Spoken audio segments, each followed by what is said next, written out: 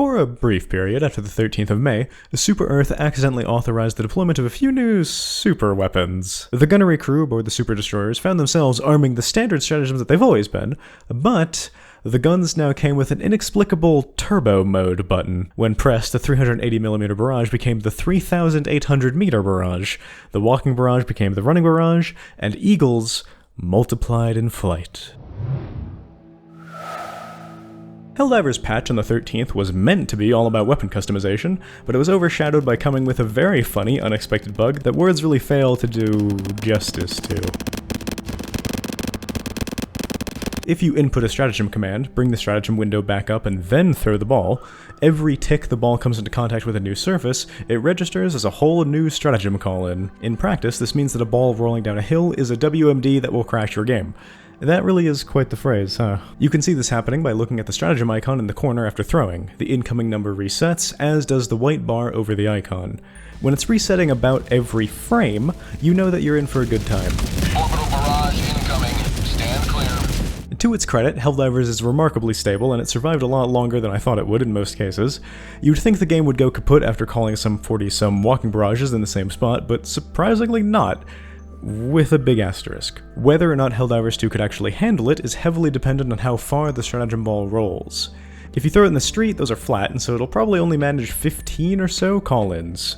Throw it out in the wilderness though, especially if it ends up rolling down a hill, and God will be smiting your game whether you like it or not. If you drop with friends all eager to see how many pelicans they can get to land, you can confidently assume the space-time continuum will not survive. Hilariously, the devs have stated multiple times that every Helldive is canon, so the murderous sun in the sky firing 380 rounds like a Gatling gun is something that actually happened, allegedly, as are the 45 Pelican pilots who were coordinating dropping a Ford dealership without crashing into each other. I really do hope that they actually acknowledge this somehow as like weapon testing and don't just wipe this one under the rug. With the inevitable raid and then defense of Super Earth right on the horizon, or possibly actively happening as you watch this video, it would fit. I'm sure this won't exist for long, so I did want to document it while I still could, within reason. There were only so many game crashes that I could take, and the 4 stratagem limit made testing this extensively to be a huge pain of loading screen hell. Trying to experiment with friends added a whole extra layer of frustration, as Helldivers' social tab is quite possibly one of the worst crimes against humanity ever crafted. In general, to I'm sure no one's surprise, the red stratagems typically produce the funniest, most useful results, with blue making for a good laugh, and green usually being useless.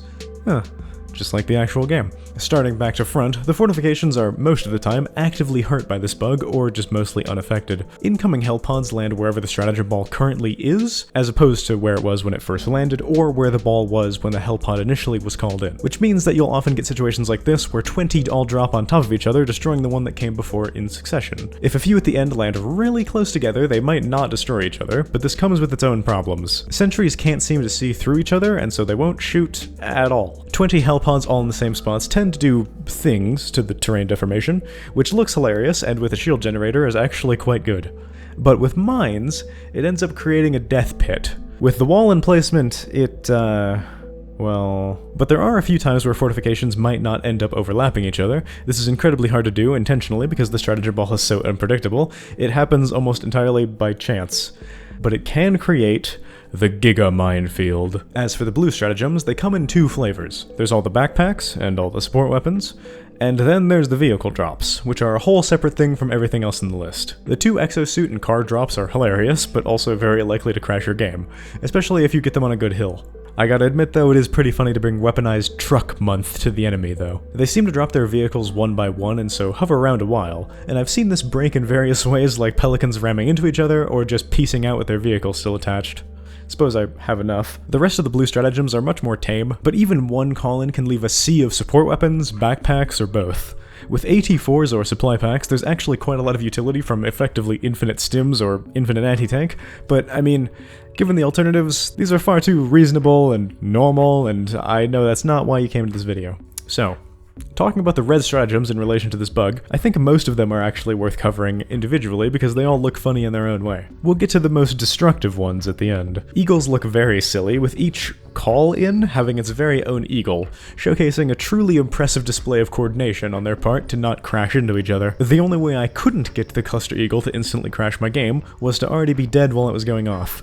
Being close to those explosions was basically asking for my game to cry out in agony. The smoke and strafing runs were surprisingly normal, but it was hard to beat the airstrike. It comes in perpendicular to you, which naturally made for a very gorgeous view of whatever this is. The 500 kilogram was surprisingly pretty, though the coincidental dropship caught in the crossfire is definitely informing my opinion. You can see all of the eagle charges on the left get used up almost instantly when you call one, even though way more come in than just 5. Clearly, there's Eagle 2 to 30 who were holding out on us. The laser and rail cannon strike were surprisingly underwhelming. I'm not sure if it's only managing one call-in or what, but they are extremely similar to when they get called in normally. The underwhelming performance is despite that with the rail cannon in particular, it sounded like one of the FET's seismic charges.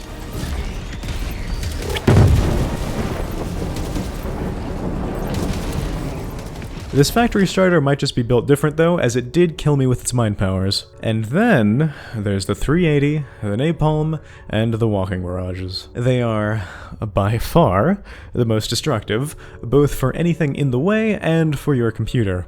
If you've ever wanted to live through the Somme, or maybe Hell, this might be the best way to do it. Their stratagem ball keeps calling in more barrages for the default length of the entire original barrage, which is about 45 seconds. After around 20 seconds into the barrage, it reaches the peak of maximum ordnance, where the gunner on your super destroyer ends up disjointed because they're firing so fast, creating a miniature sun in the atmosphere. This has, quite hilariously, irreparable effects on the audio. After you get to experience the 380 billion meter barrage, even way later in a mission, your audio will be totally, completely ruined.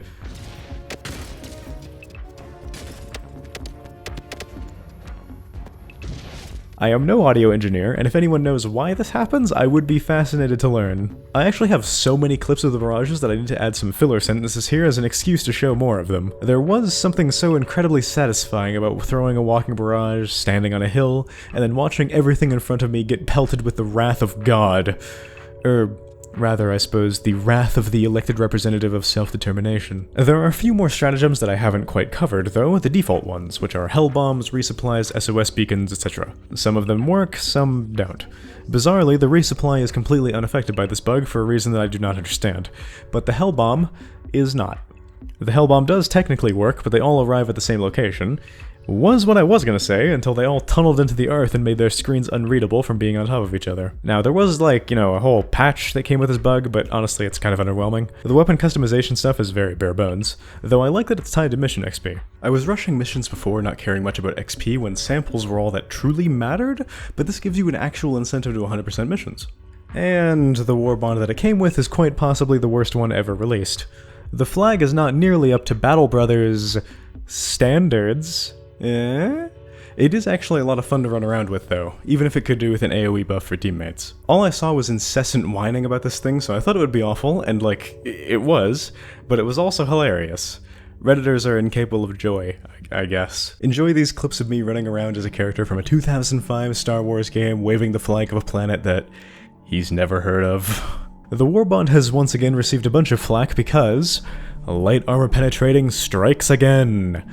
Medium armor pen should be the baseline, see this video here, I've done this song and dance before, though one thing I forgot to say in that video is that the Constitution should be heavy armor penetrating, so I'm including this here now to make up for my past crimes. The new Warbond's armor has come with the brand new worst available armor passive, and there really should just be a vanity slot at this point.